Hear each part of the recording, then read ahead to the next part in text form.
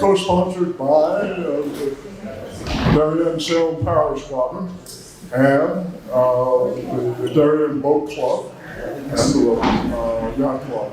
A series of a couple of evenings that are not your Connecticut boating license. We've been teaching the boating license stuff for a long time, and it's such a pleasure now to break out and present seminars to people who know what they're doing or ought to know what they're doing. Before I introduce our speaker, Joe Joyce,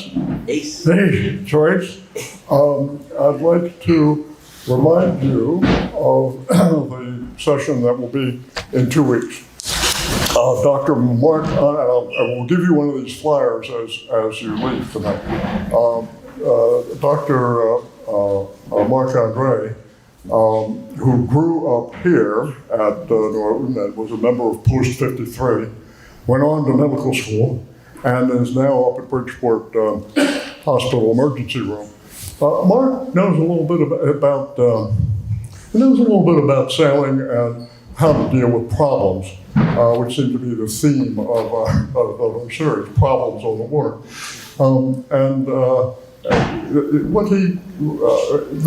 That will not be your typical first aid class of, call 911, but if you're out on the water and you do have a problem, those long minutes coming in to shore where professional aid is waiting for you, that's very important.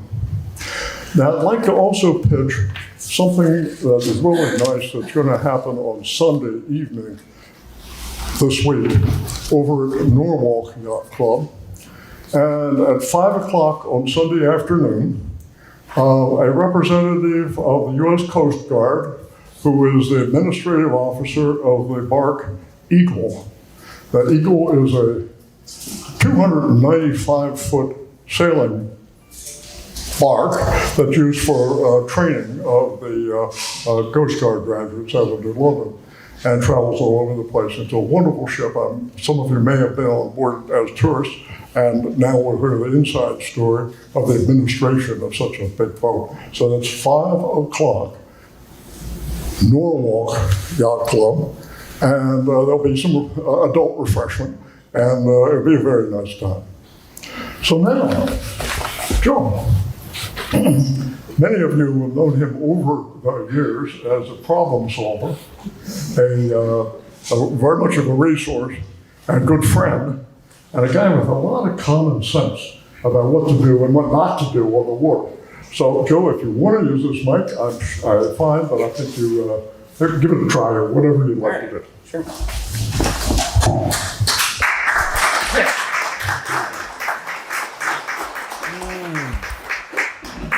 Hi, my name is Joe Gervais, and I've been servicing boats in this area for a long time, a very long time. So I'm here to talk to you about a lot of common issues with boats and trying to make you feel more comfortable with using your own boat, and what problems you might experience that I experience every day throughout the year. From phone calls of people in distress. And that's my dog, and that's even my boat. So what I'd like to talk about, we have several topics that we're gonna be covering, and you could ask questions as we're going along, and then we can go back over things too, and you could ask more questions afterwards. But let's start off with the number one problem with any boats that I encounter, and this really covers any boat and any motor, from 200 horse down to 2 horsepower. The biggest problem or problems are gas, and there's a lot of reasons why. Don't do that. There's a lot of reasons why you will have gas problems. Almost all of the time, it's not because of bad gas. The main cause of any gas problems are the fact that the gas is just too old.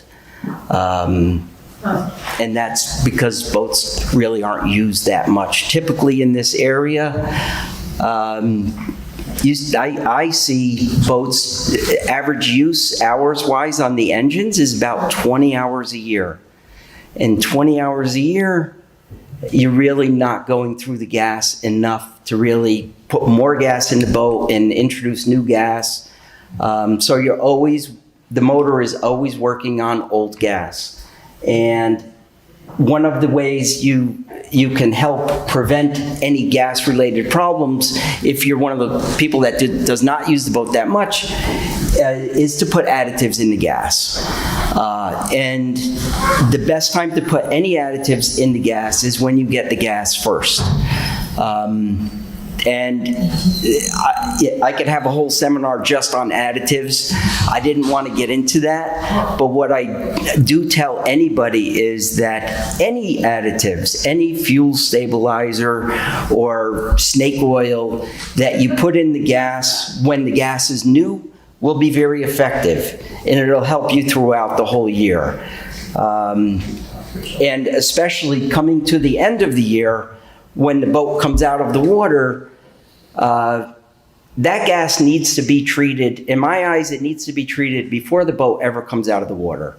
Because once it comes out of the water and it's on land, most of these motors burn, just at an idle, they'll burn a half a gallon in an hour of running time. So if you take a boat out of the water and you want to put additives in the gas, it's kind of too late at that point.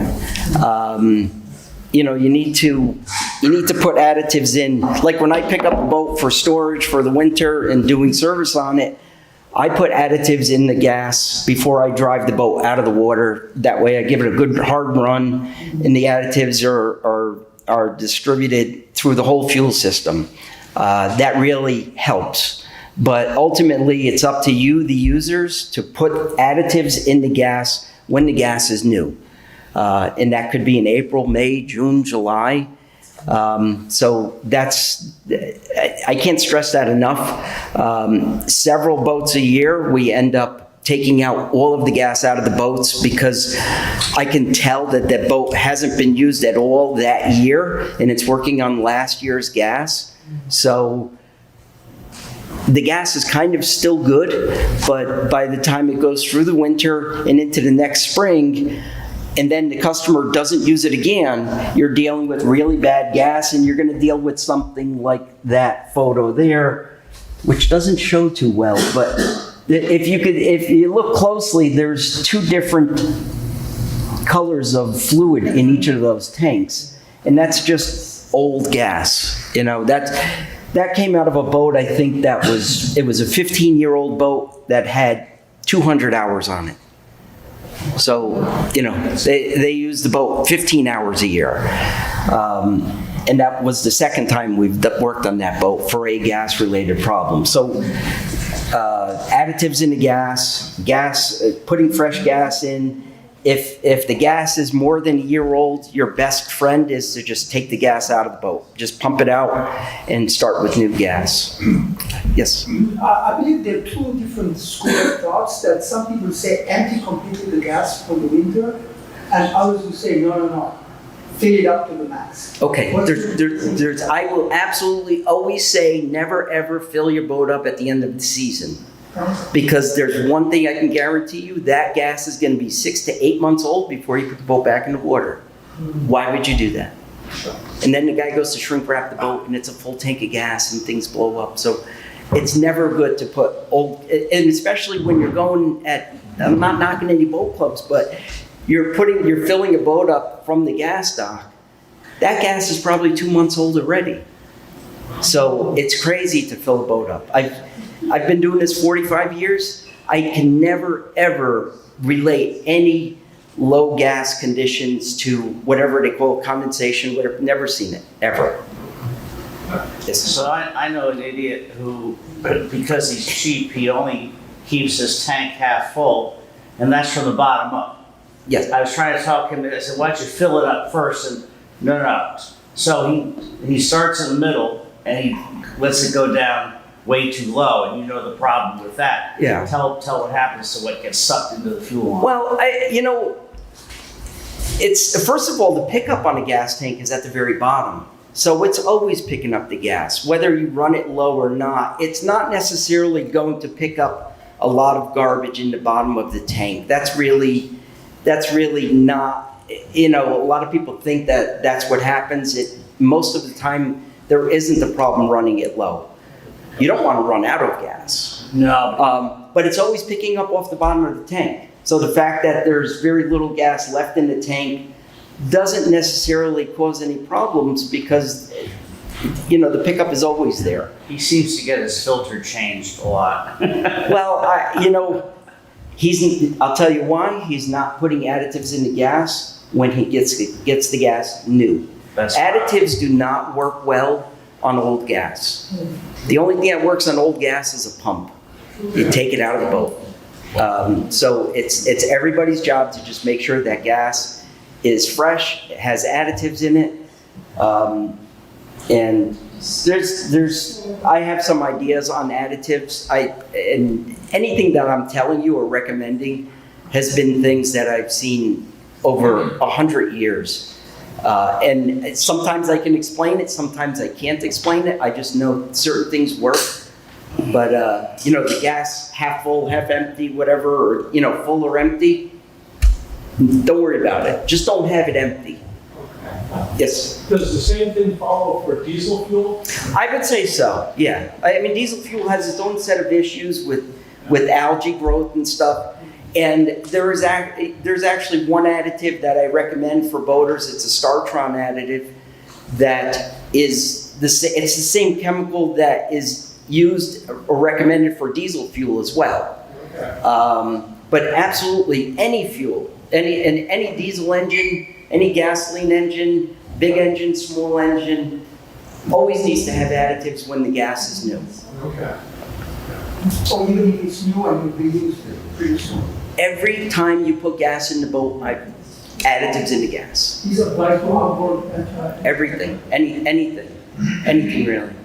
So in normal, cold marina has that pack added to the gas when you buy it. Yeah.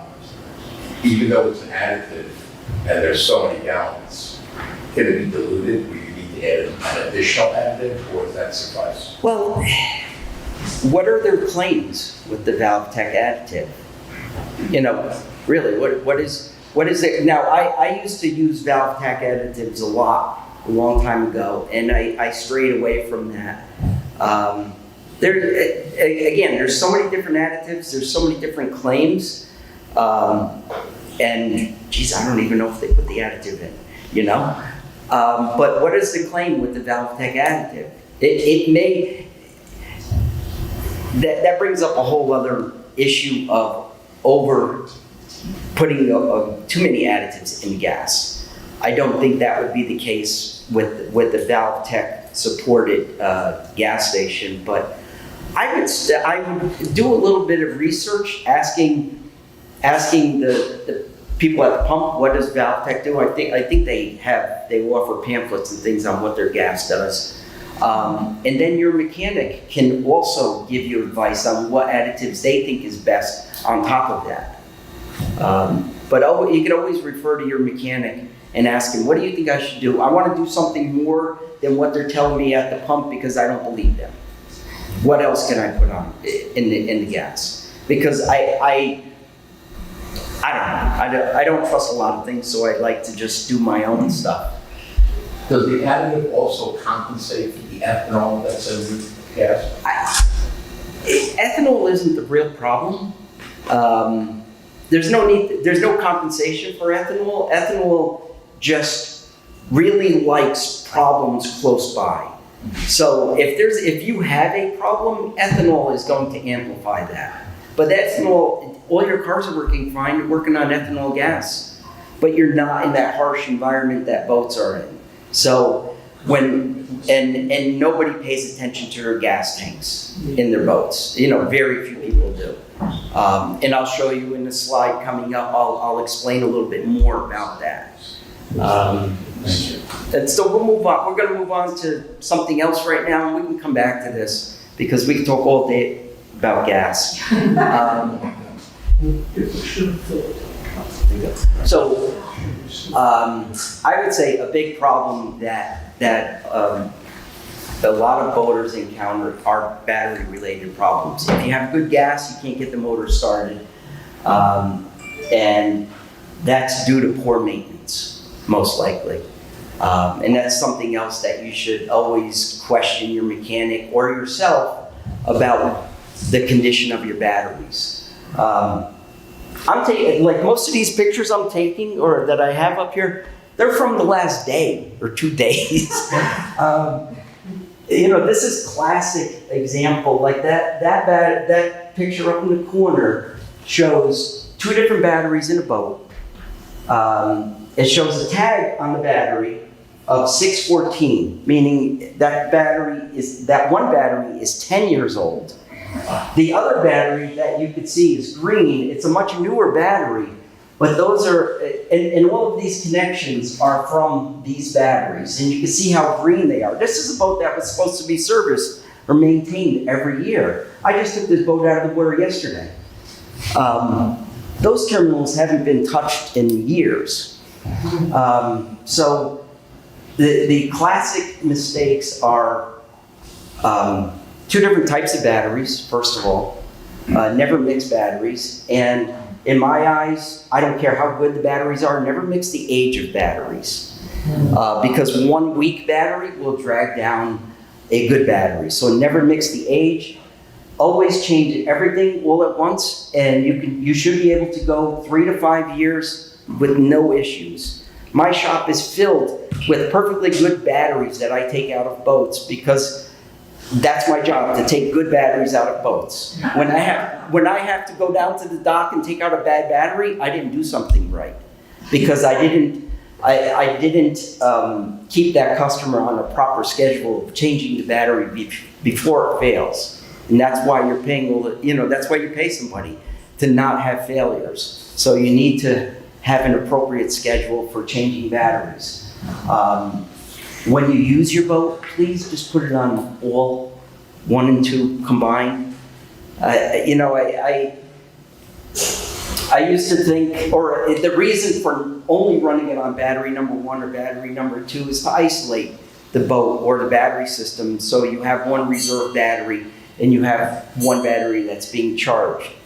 The problem with that is, and everybody has their own system. On an odd day, you go to battery 1, on an even day, you go to battery number 2. It doesn't work because I've had service calls to all of those people, and they've all had problems, and I'm telling them all, put it on both all the time. If you're sitting somewhere for a long period of time, then you can go to 1 or 2, and you can run that battery down.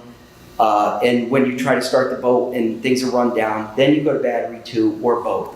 But always charging both batteries is the best way to do it. And that's not really how a battery switch was intended to be used, but through my experience, I just think that that's the best way overall, is to always charge both batteries all the time. Just makes sense. And everything has evolved with larger outboards that are computerized. Everything's computerized now. The type of the battery is very important. I adopted this many years ago, and then now I see brand new boats that are coming rigged from the factory with batteries and everything in them. They're all going to straight starting batteries. And the reason for that is a starting battery has a lot more initial zap to it to start your engine, because that's what you want. You want the motor to start. You don't want a dual purpose battery that's trying to do a couple of different things that does not do it well. It's trying to be a deep cycle battery that has a very deep storage capacity to it, so it can take a slow draw over time. I defy you to just kill a battery like this. I mean, I go out on my boat and we'll spend all night on it with the radio on and lights on one of these batteries. And in the morning, I don't even touch the battery switch. I just turn the motor and start it. I've had boats at boat shows where, we're running the VHF radio and the GPS and everything through 3-4 days of a show and sell the boat, put the boat in the water, turn the key and just start it and go with this battery. But with the dual purpose battery, it doesn't have the initial zap to really start the engine properly. It doesn't maintain enough voltage during startup, which is the most important time. Are you saying that the deep cycle battery are not really necessary? No. In this area, I've never seen a shortcoming to having a true 1,000 amp starting battery in any application. And I'm speaking of my own boating experience as well as other customers. You can't kill these batteries. As long well, they're not necessarily.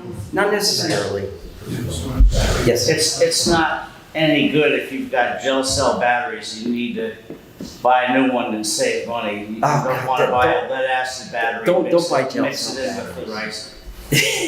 The gel cell batteries, I don't understand them. They don't charge the way other batteries do. They cost 4 times more than a lead acid battery, and you'll change them in 5 years. So there's no benefit to it other than Don't they hold their charge and then they drop? It doesn't go down slowly and you get a constant. for what application? No, I don't think gel cell does that. You're talking more like a lithium ion battery or something where it maintains a high charge for a long period of time and then it just falls off. But gel cell batteries, sometimes they're recommended for certain boats. I've taken them out and I've put regular lead acid in with constant problems and the problems went away. Yes. So Joe, since we're all winterizing our boats now, what do you recommend taking the batteries out, putting them on trickle charge, leaving them in on a trickle charge? So this is an interesting lesson that I learned many years ago. I would be working on boats that they would just pull up to the shop, and they finished blackfishing or whatever they were doing in November, and they parked the boat in their yard, didn't do anything to it, and bring it to me in the springtime, and they would just turn the key and the motor would start and everything would be fine. I saw this so many times that I was like, you know what? There really is something to that. And again, this is from thousands of batteries and tons of years of experience. Never ever take the battery out of your boat. Disconnect the batteries. Make sure you put I put a tie strap through all the cables. If all these cables come off of one battery, I'll have a tie strap in hand, I'll take them off, and I'll put a tie strap through the loops of all of those cables. If it's one cable, I'll put a tie strap through that one cable to indicate that there's only one cable.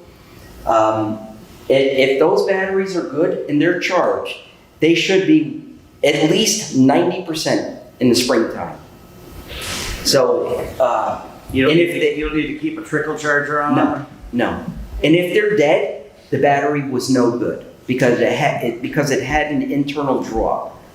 I've had batteries sit for a year in the boat where maybe it didn't go in the water till later in the summer or something, and they're fine.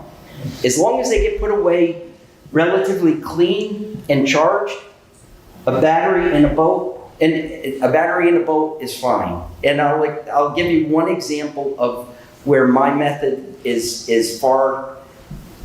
You'll have better luck with it than taking the battery out. If you had 100 boats, and nowadays boats have 2-3 batteries, you're going to take batteries out of 100 boats. You're going to have 200-300 batteries.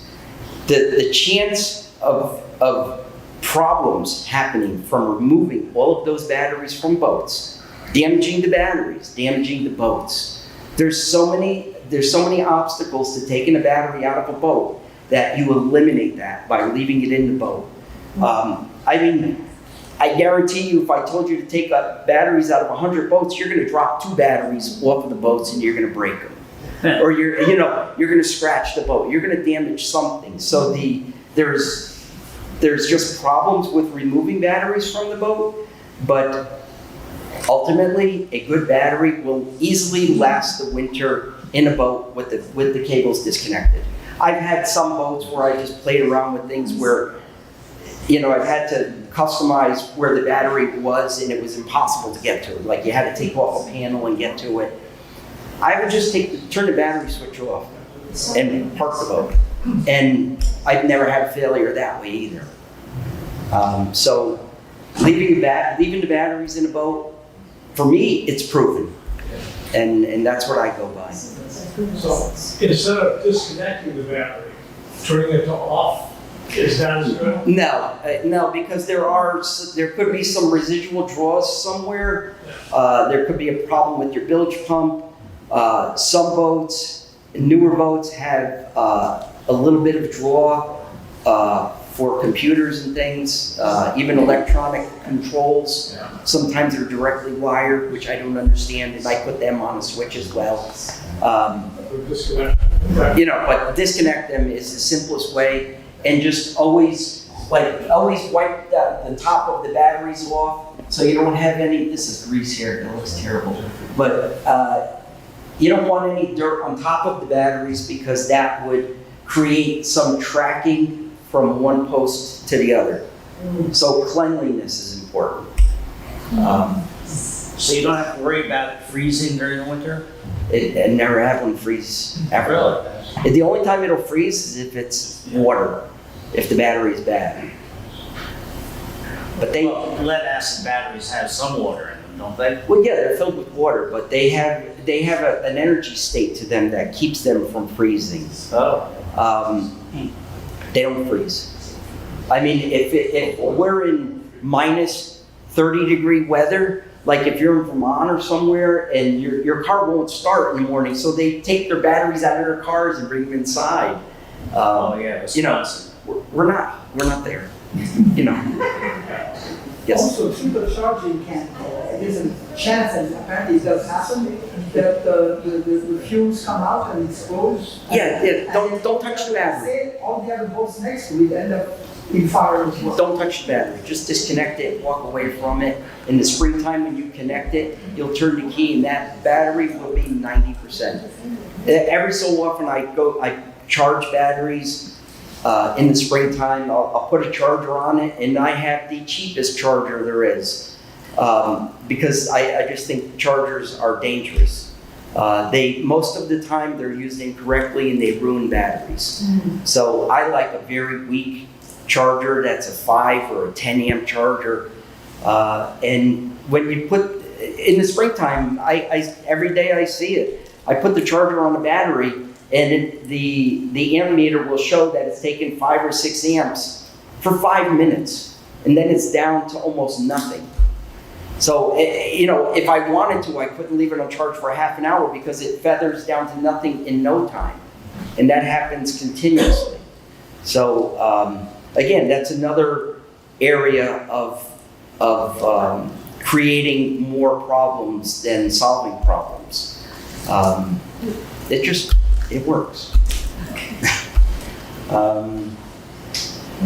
That's it from this one. What are we going to go to now?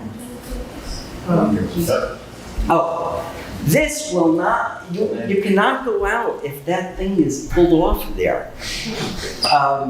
So that's a big, I laugh when I get these phone calls.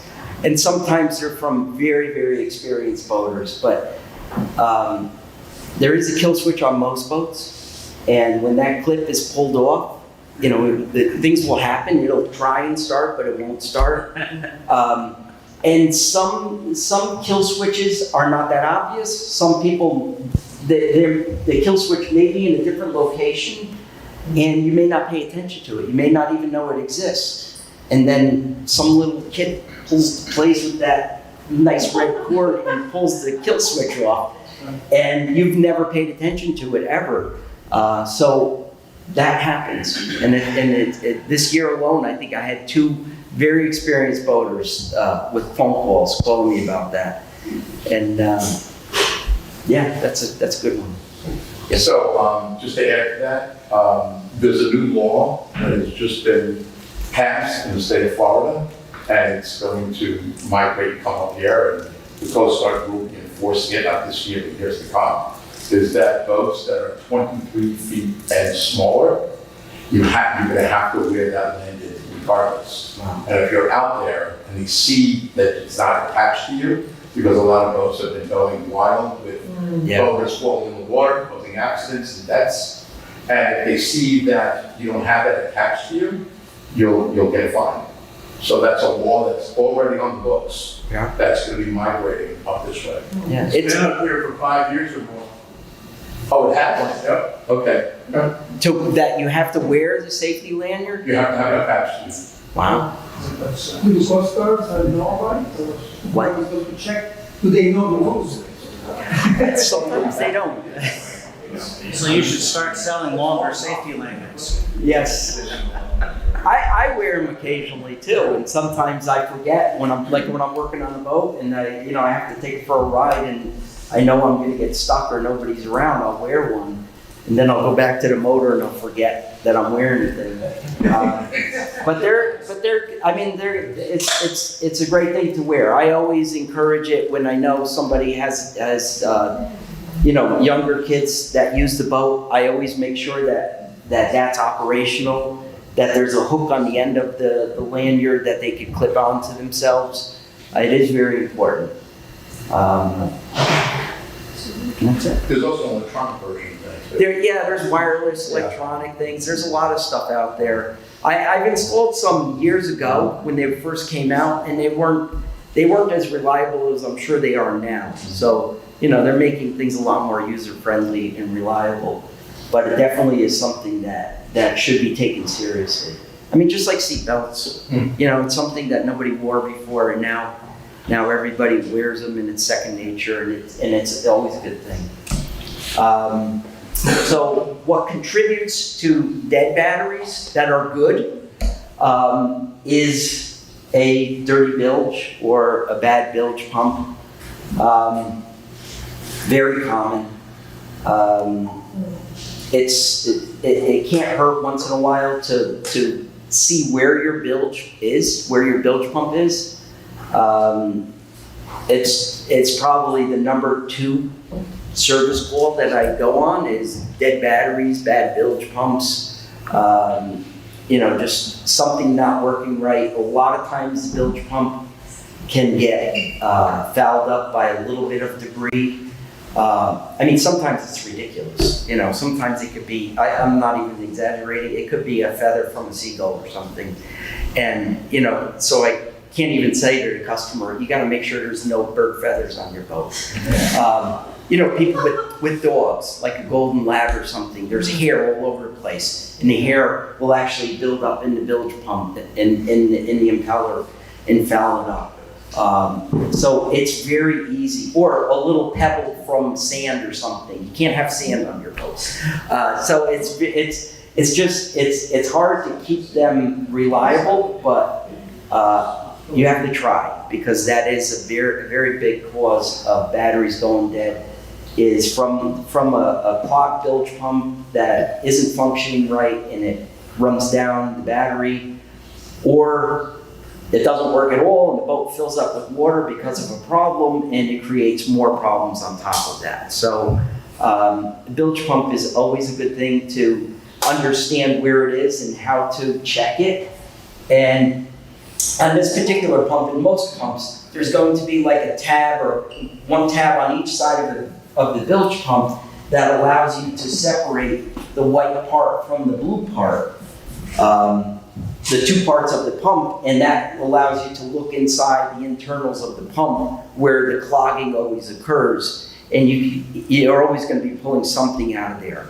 And you can appreciate, once you do that once, you'll see what's going on with what's getting caught in the bilge pump, and you'd be like, wow, I have to really pay attention to that more, because it was pretty clogged. And luckily it was working. they're a pain and they're terrible. There are not many good bilge pumps out there. They come out with different generations of pumps, and every one of them has their own issues. So on a good day, you're still going to have a bilge pump problem. So you need to just at least make sure that the area that the bilge pump is in is kind of clean. So clean, but also I get this question a lot. When you leave the boat, you shut the battery switch off. And a lot of people say, well, if I shut the battery switch off, is the bilge pump still going to work? And the answer is, it should. It should. It's wired. If it's wired properly, it should. Believe it or not, some boats are not wired properly. So you should either test that when the battery switch is off, you should make sure the automatic circuit works. Sure. Or ask your mechanic to test it. Or I mean, it's good to have them test it, but also understand how you can test it during the season to make sure that the automatic switch works.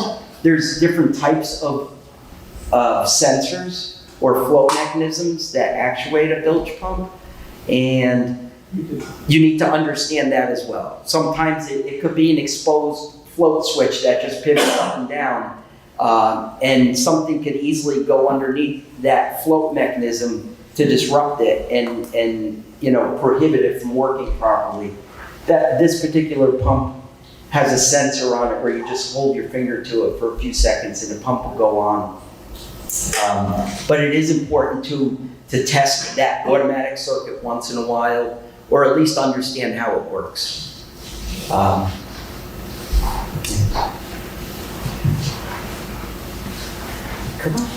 on. So now that we have the motor started, there's no water in the bilge, and you're going out for a ride, you want to make sure that your boat is performing the way it's supposed to. And this is a neat picture of a pump.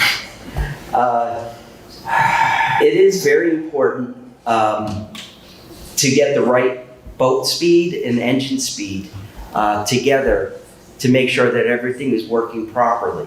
And obviously this boat has a serious problem with barnacle growth. Even this boat has barnacle growth on just the trim tab area, which is a very small area, probably 1 foot by 1 foot square. This particular amount of barnacles really robs the performance of the engine. And it affects the engine in pretty detrimental ways when you do it over a long period of time.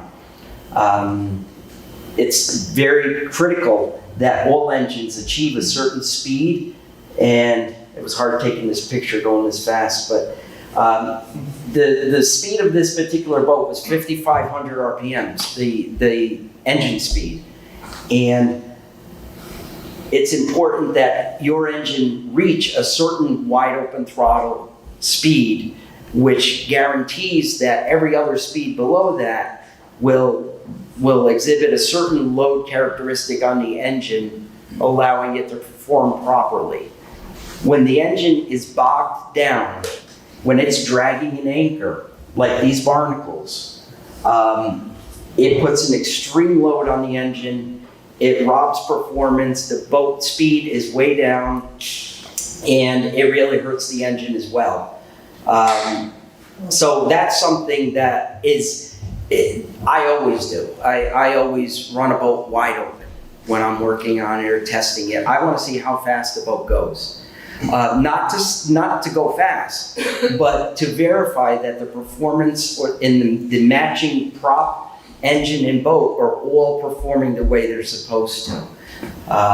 And that's something that you need to be aware of, what speed your engine needs to be achieving to gain maximum performance. And for the most part, 5,500 RPMs sounds like a lot. That's probably the minimum speed height wide open throttle that most boats should be going. They should be approaching 6,000 RPMs. So the faster the motor goes, the more RPMs the motor develops, the more horsepower it can develop. Now there's a fine line between the efficiency of the boat and your fuel economy falls off a little bit with more engine speed, but it also gives the engine more power. You have better performance, you have better drivability in rough weather, better acceleration under a load. I like a boat that accelerates, that gets up on plane quickly and can maintain a nice plane in rough water where it has a lot of reserve power pushing you through things. But when a boat has too big of a prop or it's being dragged down, it'll just ride very lazily through waves and things and exhibit very poor performance. So it's important that most boats, most outboard boats, really achieve an RPM speed of well over 5,500, approaching almost 6,000 RPMs. Of course, you gotta make sure your prop is in good condition too. And so the for me, the bottom painting is a very important part of maintaining a boat, just for this reason. I hate bottom painting. You know, it's nasty. But what I don't want to see is a boat coming out of the water with barnacles, which means that the boat is being robbed of performance, and that boat, it could be a 13-foot boat or it could be a 30-foot boat, is not performing the way it's supposed to. So my job is to make sure even a dinghy is going to perform the way it's supposed to, and any small amount of barnacles will rob that performance. I've noticed in Noroton, the local marine police regularly going and using their boats just to keep it in good shape.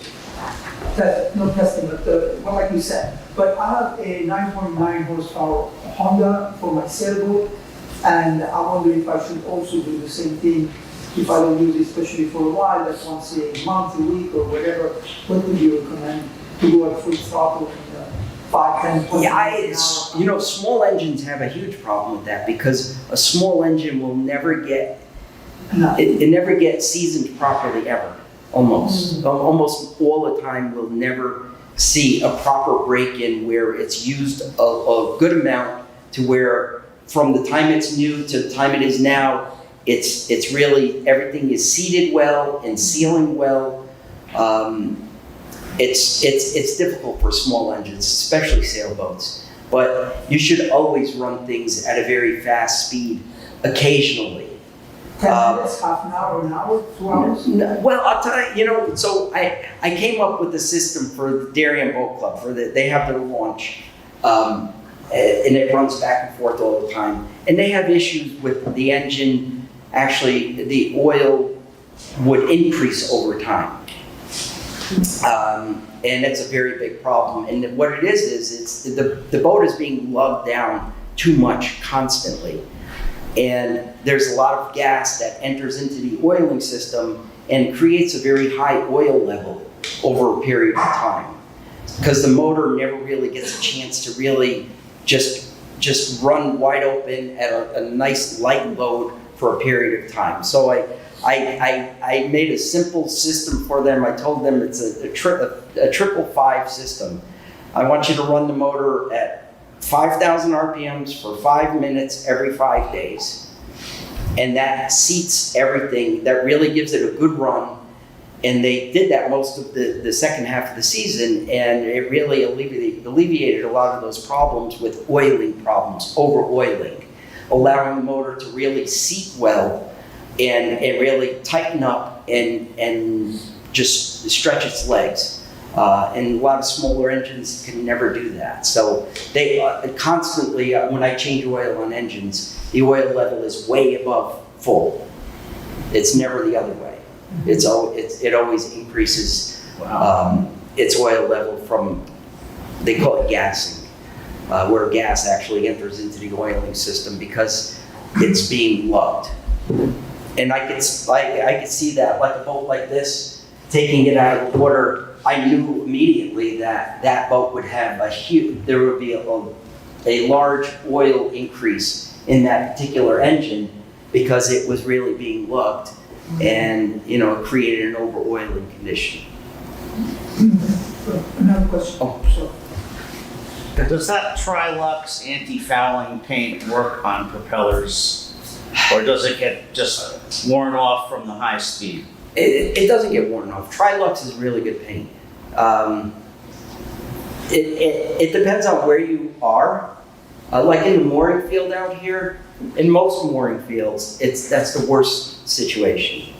All the way in Darien, in the club, around the corner, no problems at all because the circulation of water it isn't stagnant.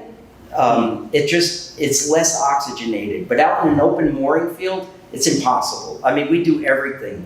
I service several boats out here, and we throw everything at them. And every year they come out of the water with barnacles and things on them. It's really hard. But Trilux is one of the best paints you can It use. slows them down but doesn't stop them. Yeah. And it's just, I don't know. We do everything to try and prevent that. And I would say on an open mooring, it wouldn't be a bad idea to have a diver go down and clean the boat once a month. That's what I used to do. But my opinion of a diver, and like I have a lot of diver customers, they're wiping the paint off. So if they do it enough, they're creating a problem. interesting. There's a really good product out there called Prop Speed. It's a little bit more expensive. Little bit. Not Little bit. It's It's a lot of, but you can get, applied correctly, you can get 2 seasons out of it. Well, In this brackish, difficult, challenging water. Because I used to use the other product, and then I was at the Noroton boat show, and they were there. And I tried it, and it's remarkable. what kind of boat do you have that you're using it on? 35 twin inboards.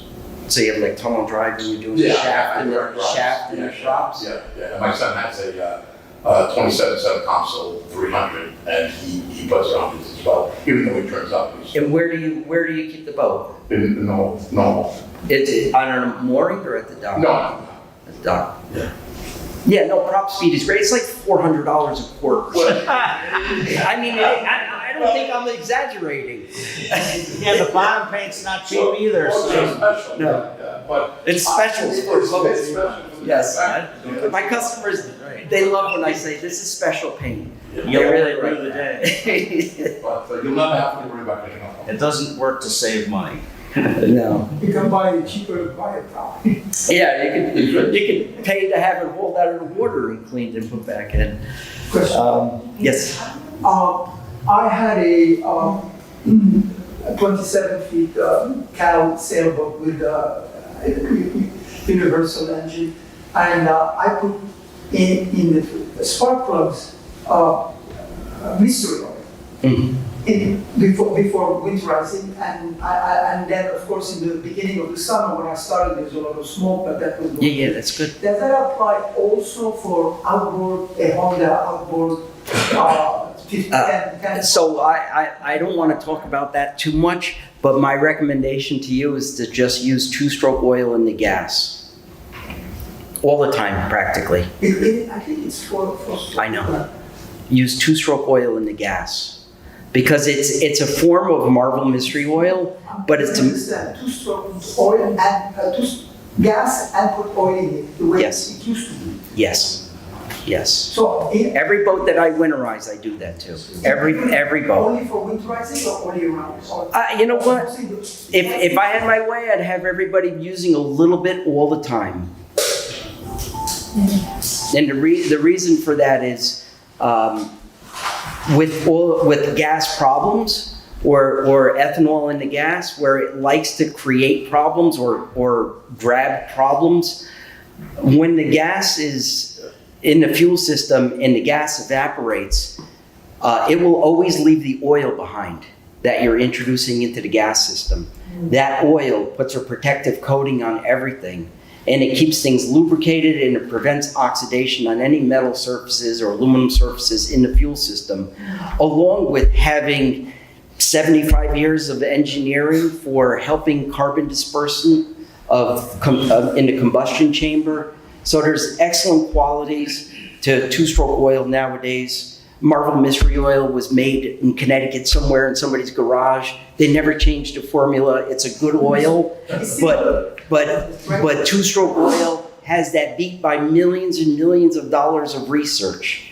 So it's a far better product to introduce into the engine, and that's what you should put in almost anything that, aside from things that may have an oxygen sensor. But a universal, that's a lawnmower engine. They love that oil.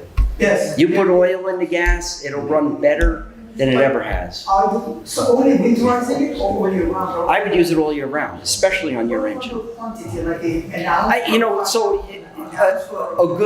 good ratio is 100 to 1, 100 to 1. which is nothing, really, when you're thinking about it. You prefer rather mystery oil? No, two-stroke oil. Two-stroke. Two-stroke. Two-stroke oil is engineered to run through the engine. It has cleaners in it. It has detergents in it. So it's helping the motor run cleanly. Interesting, thank you.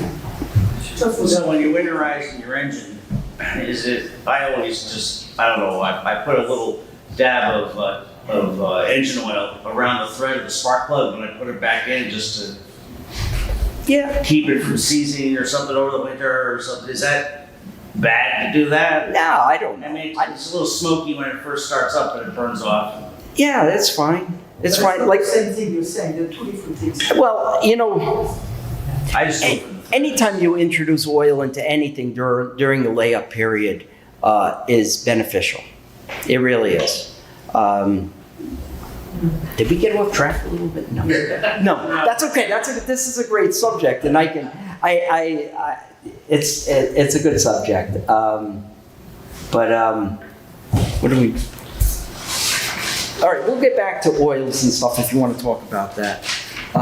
So now the boat started.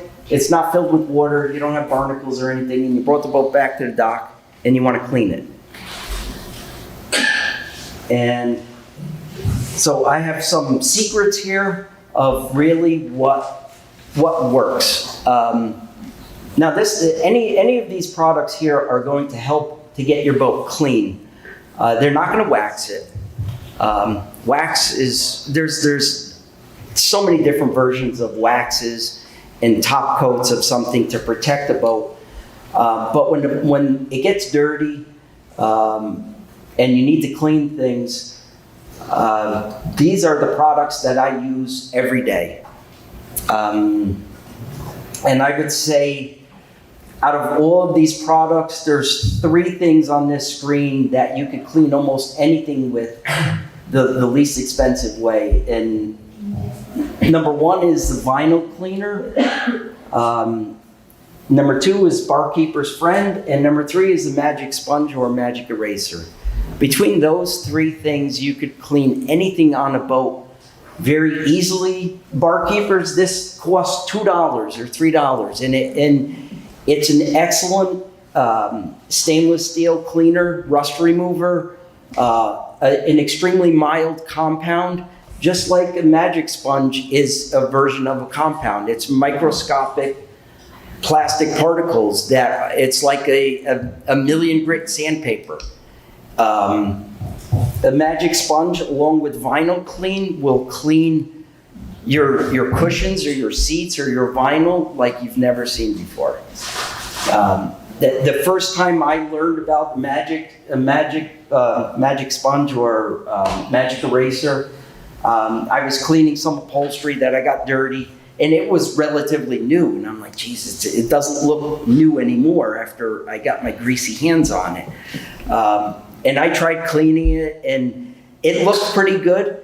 But when I was done, and I took magic eraser and some vinyl cleaner, or maybe some Barkeeper's Friend, it just erased everything. I mean, magic eraser is the perfect name for that product. You go through quite a few of them, but they like I would clean a whole boat with this, with the magic eraser and the vinyl clean.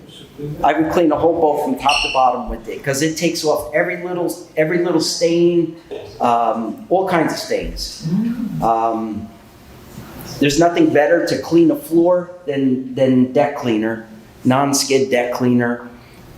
It's an excellent product. It's very easy to use. If you follow the directions, it really is very effective. And it has, it has a little bit of PTEF in it that adds like a Teflon coating to help dirt not stick in the future. And then when you really get some rust stains, Barkeeper's Friend will take care of that, but you could also get, Starbright is great, they're great products. They have a rust stain remover that will take off any streaking or streaking of rust.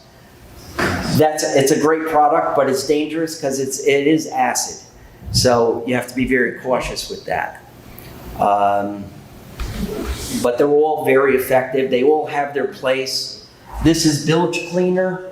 Now that's a great product to just put, it's like molasses. It's very thick and you would just put that in the bilge, just a little bit of it, and it would stay there. And it would just get sloshed around constantly and really battle with any scum or any stagnant water that's really looking to just clog up the bilge pump. It kind of keeps things loose and clean.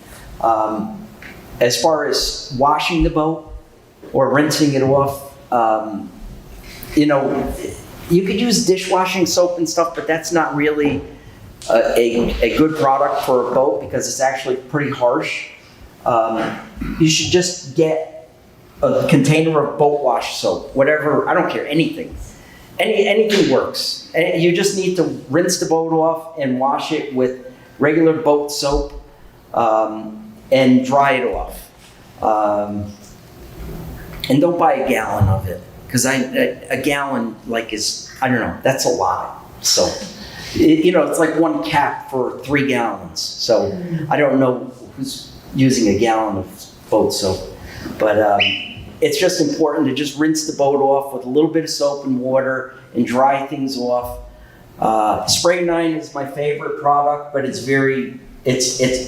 cleans everything, but it also kills everything. It has bleaches in it and stuff. So it's a very good product, but you have to make sure that you rinse things off thoroughly if you're using it. But it will get whatever you want off. It'll damage decals. It may stain vinyl and stuff. Whereas Vinyl Clean will do this almost the same thing, but it doesn't have the harsh bleaches in it to attack vinyl or rubber. And cover your boat after you're done. You have to babysit the boat. You have to cover the boat when it's dry.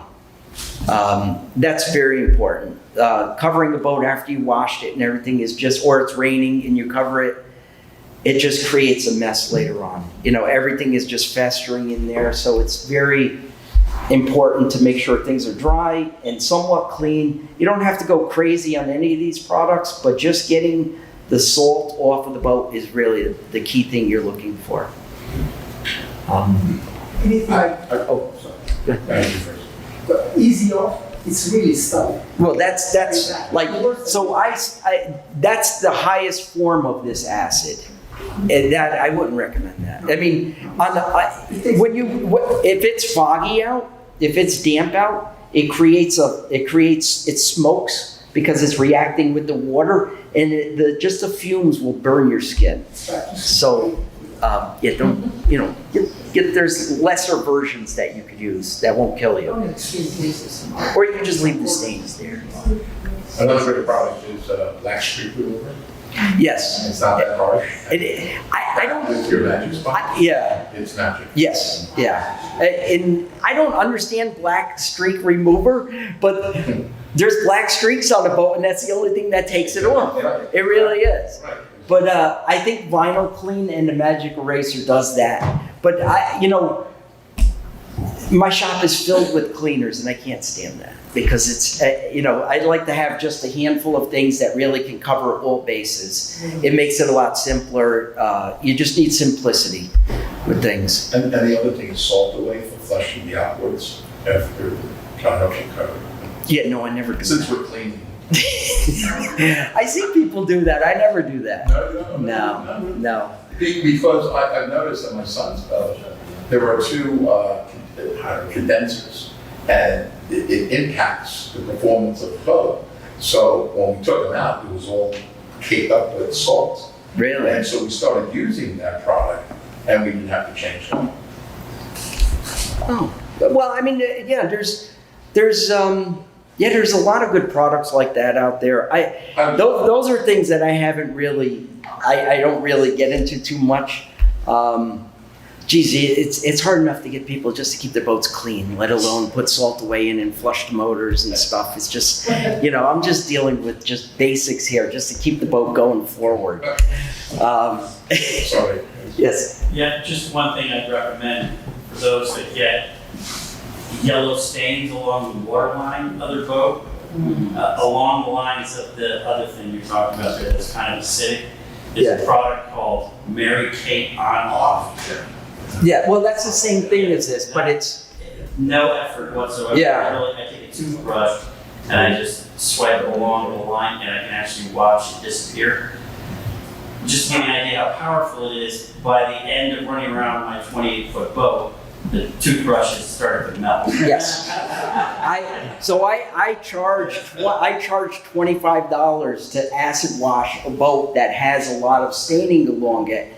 Not because of the cost of the product, but everything you're using disintegrates over time. Yeah. Like containers, brushes, sponges, Melt. everything you're using gets ruined. Yeah. So it's it adds up. But this rust stain remover is a more friendly version of On-Off. On-Off is, that's the best.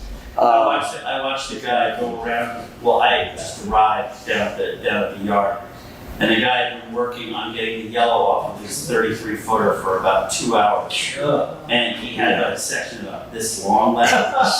And I said, "Here, try this." Yeah. And I said, just wipe it on and then just stand back and watch it go away. And he couldn't believe what he was seeing. Yeah. And he's like, "Oh, No, it literally just it just disappears. yeah." Right, yes. It's not very environmentally friendly. No, it's not. Well, it gets diluted. It gets knocked down with water. It gets diluted pretty quickly. Any other questions on anything we've talked about? We could even go back to oils or gases or anything. But that's pretty much, what I have to speak about here is everything that I've really experienced day to day, year to year. All of these topics are the bulk of what goes on in a year of a regular boat. Yes? Joe, so how important do you think it is to flush an outboard engine with fresh water every time you use it? Or most, Yeah, it's a wonderful thing. It certainly can't hurt. Yeah. It certainly can hurt. But going back to trying to get people just to do the basics, I think it's a good thing. I think it's a good thing to flush the motor out, along with, have a whole ritual. Flush the motor out, rinse the boat off, squeegee everything off. All of that is great. And you don't have to go too crazy, but all of those things go a long way when you do a little bit all the time. Just like putting additives in the gas. Doing something a little bit all the time goes a long way. But if you do nothing and just put gas in the boat and use it and put it away wet and dirty, you're going to have problems. So clean and dry and additives in the gas, things like that, it really creates a good season for you. I have a comment. Yes. I enjoyed your presentation so Thank much. you. Joe. And I want to mention that I spoke with Allison. She's, as most of you will know already, will be available online through the local 79 TV station. Yes. So any of your friends who couldn't attend this good presentation, they will find it again online. Channel 79? 79. 79. Right? Yes. Allison? Yes, she said, okay. You too, just saying. No, it's not YouTube. No, just having. No, sorry, Vimeo. Vimeo. Vim. Vimeo, yes. Vim. Vimeo. It'll be up on the web while we can. Yeah, it's not related, but do you have anybody in the area that strips boat paint off with the pecan shells? You know, the environmental- No, walnut blasting and stuff. No, I don't. I mean, there's enough guys around. You could find somebody. You were here, I just wanted to ask. Yeah, no, we don't. We do that a lot, stripping bottoms, but not big stuff. You know, I like boats 25 foot or less, and we have like 3 different levels of what we do between scraping and power washing, and then we'll actually go with the vacuum sander and we'll sand it down to the gel coat. It's a much more controlled. Wearing your Tyvek suit and. Yeah, Tyvek suit, full respirator, a vacuum recovery system. You need to do all of that, otherwise you won't make it as long as I have.